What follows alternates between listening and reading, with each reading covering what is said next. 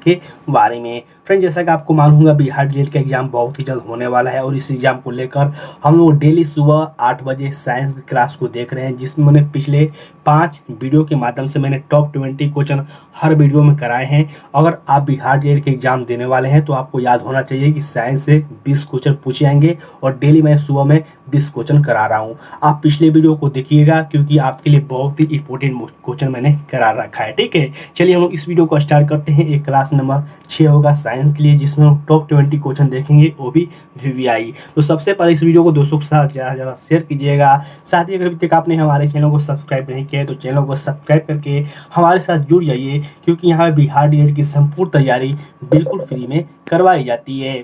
यहाँ से देख सकते हैं मैंने इस क्वेश्चन के पीडीएफ को ओपन कर रखा है। तो चलिए हम एक एक करके सारे क्वेश्चन को डिटेल में समझते हैं। इससे पहले आपसे रिक्वेस्ट है कि इस वीडियो को शुरू से लेकर लास्ट तक देखिएगा और वीडियो समाप्त हो जाने के बाद कमेंट बॉक्स में आप अपना स्कोर जरूर शेयर करें कि आखिर आपने कितने क्वेश्चन का राइट आंसर दिया हुआ है। ठीक है, पहला क्वेश्चन यहाँ पर देखिए मेंशन किया गया है, जब किसी वस्तु को पानी में डुबाया जाता है तो उस पर ऊपरी बल कार्य करता है। इस बल को क्या कहा जाता है, ये आपको बताना है।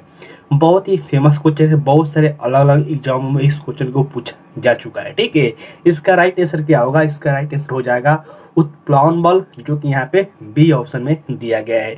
साथ ही यहाँ पे याद रखिएगा उत्प्लावन बल को हम लोग उत्क्षेप बल भी कहते हैं।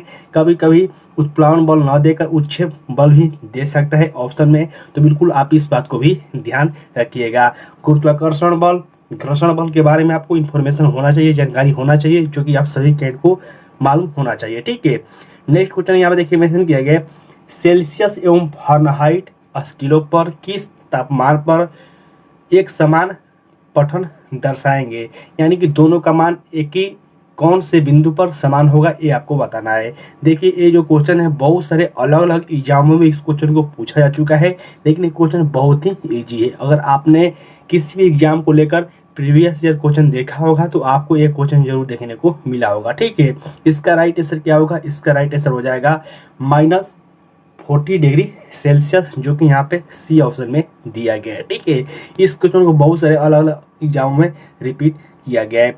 अगला क्वेश्चन देखिए मेंशन किया गया है, उस तापमान को क्या कहते हैं जिस पर वायुमंडलीय दाब पर द्रव उबलना शुरू कर देता है।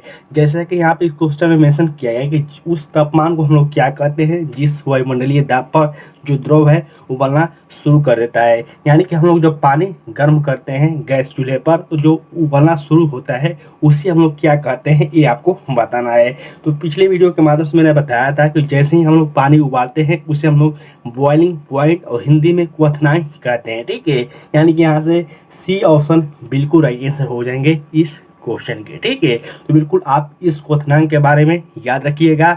गलनांक किसे कहते हैं फटाफट वीडियो के नीचे कमेंट करके आप मेंशन कीजिए। नेक्स्ट क्वेश्चन यहाँ पे देखिए मेंशन किया गया, किस तरह की तरंगों में कंपन तरंग के चलने की दिशा के समानांतर होती है, ये आपको बताना है।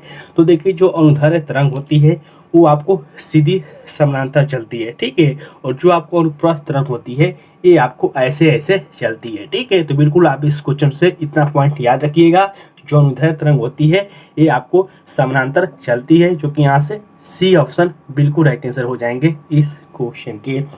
अगला क्वेश्चन देखिए मेंशन किया गया, प्रकाश एक अनुप्रस्थ तरंग है, साबित करती हुई एकमात्र घटना कौन सी है, ये आपको बताना है। ठीक है, तो देखिए जो प्रकाश है ये आपको अनुप्रस्थ तरंग है, इसको साबित करने के लिए जो एकमात्र घटना है वो है ध्रुवीकरण। ठीक है, जो कि यहाँ से डी ऑप्शन बिल्कुल राइट आंसर हो जाएंगे इस क्वेश्चन के। ये भी क्वेश्चन बहुत सारे अलग अलग एग्जामों में बार बार रिपीट हुआ है, तो बिल्कुल आप इसको याद रखिएगा। ठीक है, साथ ही मेरे पास बहुत सारे ऐसे भी क्वेश्चन कमेंट देखने को मिलते हैं कि सर आखिरकार आप कौन सी बुक से पढ़ाते हैं, हम इस क्वेश्चन का पीडीएफ कैसे प्राप्त कर सकते हैं। तो देखिए पीडीएफ प्राप्त करने के लिए आप टेलीग्राम ग्रुप को ज्वाइन कर सकते हैं। साथ ही अगर आप इस बुक को बाई करना चाहते हैं बिहार डीएलएड के लिए तो आप इस बुक को बाई कर सकते हैं, जो कि बहुत ही अच्छी बुक है। आज हम लोग बात करने वाले हैं बिहार डीएलएड प्रवेश परीक्षा 2023 के बेस्ट बुक के बारे में, जो कि चस्सू प्रकाशन के द्वारा पब्लिश की गई है। और इस बुक में आपको क्या क्या देखने को मिलेगा, तो देखिए इस बुक पे आपको 2 प्रीवियस ईयर क्वेश्चन देखने को मिलेंगे, साथ ही आपको 3 क्वेश्चन देखने को मिलेंगे। साथ ही ये संपूर्ण गाइड बुक है जो कि नए पैटर्न पर आधारित है, जो कि 120 क्वेश्चन इस बार आपको 2023 में लागू किया गया है, उसके अनुसार इस बुक को तैयार किया गया है। साथ ही संपूर्ण गाइड के साथ आप अगर प्रैक्टिस करना चाहते हैं तो आप इस बुक को भी बाई कर सकते हैं, जो कि प्रैक्टिस के लिए बहुत ही इंपॉर्टेंट है। अगर आप प्रैक्टिस करेंगे तो आपकी तैयारी और बेस्ट होती रहेगी। ठीक है, इन दोनों बुकों का लिंक मैं वीडियो के डिस्क्रिप्शन बॉक्स में डाल दूंगा, वहां से क्लिक करके आप इस बुक को बाई कर सकते हैं। नेक्स्ट क्वेश्चन यहाँ पर देखिए मेंशन किया गया है, उद्योग और वाणिज्य प्रतिष्ठानों में उपयोग की जाने वाली ऊर्जा को आमतौर पर किससे दर्शाया जाता है, ये आपको बताना है। तो आप सभी कैंड को मालूम होना चाहिए कि जो ऊर्जा का एक मात्रक होता है वो किलोवाट घंटा भी होता है, और जो वाणिज्य यानी कि उद्योग में जो दर्शाया जाता है ऊर्जा को, वो किलोवाट घंटा में दर्शाया जाता है, जो कि यहाँ से ये ऑप्शन बिल्कुल राइट आंसर हो जाएंगे इस क्वेश्चन के। नेक्स्ट क्वेश्चन देखिए मेंशन किया गया है, MOS का पूर्ण रूप क्या है, ये आपको बताना है। यानी कि MOS का फुल फॉर्म क्या होता है, ये आपको बताना है। तो इसका जो फुल फॉर्म हो जाएगा, ये हो जाएगा मेटल ऑक्साइड सेमीकंडक्टर, जो कि यहाँ से ए ऑप्शन में दिया गया है। और मैंने आपको बार बार ये बात बताई है कि देखिए आप फुल फॉर्म को अच्छी से रिवाइज कर लीजिएगा, क्योंकि यहाँ से डायरेक्ट क्वेश्चन पूछे जाते हैं। अगला क्वेश्चन देखिए मेंशन किया गया है, एक शुद्ध पदार्थ है, यानी कि 4 ऑप्शन में से बताना है कि कौन सा शुद्ध पदार्थ है। ऑप्शन देख सकते हैं, चीनी का घोल, मीथेन, दूध या फिर वायु। जो इसका राइट आंसर हो जाएगा वो हो जाएगा मीथेन, जो कि एक शुद्ध पदार्थ है। मीथेन का सूत्र क्या होता है, बहुत ही ईजी है, CH4, जो कि आप सभी कैंड को मालूम होगा। मीथेन को हम लोग मार्स गैस, बायोगैस के नाम से भी जानते हैं, तो बिल्कुल आप इस पॉइंट को भी याद रखिएगा। नेक्स्ट यहाँ देखिए मेंशन किया गया है, धातुओं को किस गुण के कारण उनके पत्थर फाइल बनाने में आसानी होती है, ये आपको बताना है। तो मैंने पिछले वीडियो के माध्यम से बताया था कि जो सोना होता है सबसे अधिक तन्य होता है, और इस क्वेश्चन के बारे में बात करें तो यहाँ पूछा गया है कि धातुओं के किस गुण के कारण जो उनके पत्थर होते हैं, फाइल होते हैं, उन्हें बनाने में आसानी होती है। तो वो आपको आघात वतनीय के कारण ये आसानी होती है, और सबसे जो आघात वतनीय तत्व है वो सोना और चांदी है। और तन्यता की बात करें तो उसमें भी आपको सोना और चांदी मिल जाएंगे। ठीक है, तो बिल्कुल आप इसके बारे में इतना पॉइंट याद रखिएगा। अगला क्वेश्चन देखिए मेंशन किया गया है, निम्नलिखित तत्वों में से किसका परमाणु द्रव्यमान सबसे कम है, ये आपको बताना है। तो देखिए मैंने आपको बताया था कि आपको कम से कम 1 से लेकर 20 तक तत्वों के परमाणु संख्या, परमाणु द्रव्यमान आपको याद होनी चाहिए, क्योंकि यहाँ से डायरेक्ट क्वेश्चन पूछ लिए जाते हैं। जैसे कि यहाँ पूछ लिया गया है कि सबसे जो कम परमाणु द्रव्यमान है वो किसका होगा, तो हम लोग पहले ऑप्शन के बारे में बात करें, नाइट्रोजन। नाइट्रोजन का जो परमाणु संख्या होता है वो कितना होता है, वो 7 होता है। इसका परमाणु भार कितना होता है, इसका परमाणु भार आपको 14 होता है। ठीक है, वही हम लोग बात करें लिथियम का, तो लिथियम का जो परमाणु संख्या होता है वो कितना होता है, तो लिथियम का परमाणु संख्या होता है आपको 3, जो कि यहाँ पे आपको देखने को मिल जाएगा। ठीक है, साथ ही इसका जो परमाणु भार होता है वो कितना होता है, ये होता है 6। हाइड्रोजन की बात करें तो देखिए हाइड्रोजन का परमाणु संख्या भी एक होता है और इसका परमाणु भार भी एक होता है। हीलियम के बारे में बात करें तो हीलियम का परमाणु संख्या 2 होता है और इसका जो परमाणु भार होता है वो 4 होता है। तो यही आपको बताना था कि किसका परमाणु द्रव्यमान है वो कम है, तो इसका जो राइट आंसर हो जाएगा हाइड्रोजन, क्योंकि हाइड्रोजन का परमाणु द्रव्यमान जो होता है 1 होता है और सबसे कम जो है उसी को बताना था। तो मेरा आपसे रिक्वेस्ट है कि आप 20 तक जरूर इसको याद कर लीजिएगा। ठीक है, नेक्स्ट क्वेश्चन देखिए मेंशन किया गया है, रेडियो सक्रियता का आविष्कार किसने किया था, ये आपको बताना है। तो रेडियो सक्रियता का जो आविष्कार किया गया था ये आपको हेनरी बेकलर के द्वारा किया गया था, जो कि यहाँ से सी ऑप्शन बिल्कुल राइट आंसर हो जाएंगे। नेक्स्ट यहाँ में देखिए मेंशन किया गया है, रेडियम किस खनिज से प्राप्त किया जाता है, ये आपको बताना है। तो जो रेडियम है ये आपको पिच ब्लेंड से प्राप्त किया जाता है, जो कि यहाँ से डी ऑप्शन बिल्कुल राइट आंसर हो जाएंगे। साथ ही आपको ये भी याद होना चाहिए कि रेडियम की खोज किसके द्वारा किया गया था, तो ये मैडम क्यूरी के द्वारा रेडियम की खोज की गई थी, जिनको आपको याद होना चाहिए। ठीक है, नेक्स्ट यहाँ देखिए मेंशन किया गया है, परमाणु के भीतर न्यूट्रॉन द्वारा प्रोटॉन पर आरोपित बल क्या कहलाता है, ये आपको बताना है। ठीक है, बहुत ही इंपॉर्टेंट क्वेश्चन है, ये भी क्वेश्चन बहुत सारे अलग अलग एग्जामों में पूछा जा चुका है। परमाणु के भीतर न्यूट्रॉन द्वारा प्रोटॉन पर आरोपित जो बल है इस क्या कहलाता है, तो इसे हम लोग नाभिकीय बल कहते हैं, जो कि यहाँ से ए ऑप्शन बिल्कुल राइट आंसर हो जाएंगे इस क्वेश्चन के। अगला क्वेश्चन देखिए मेंशन किया गया है, परिवर्तनीय संयोजकता दर्शाते हैं, ये आपको बताना है। यानी कि वो कौन से तत्व हैं जो कि परिवर्तनीय संयोजकता दर्शाते हैं। तो जो डी ब्लॉक के तत्व होते हैं वो आपको परिवर्तनीय संयोजकता दर्शाते हैं। अगर आपने आवर्त सारणी पढ़ा होगा तो आपको जरूर ये जानकारी मालूम होगा, लेकिन ऑप्शन में कहीं डी ब्लॉक दिया नहीं गया है। तो यहाँ पे याद रखिएगा कि डी ब्लॉक हम लोग संक्रमण तत्व के नाम से भी जानते हैं, जो कि यहाँ से बी ऑप्शन बिल्कुल राइट आंसर हो जाएंगे। ठीक है, डी ब्लॉक हम लोग संक्रमण तत्व के नाम से जानते हैं।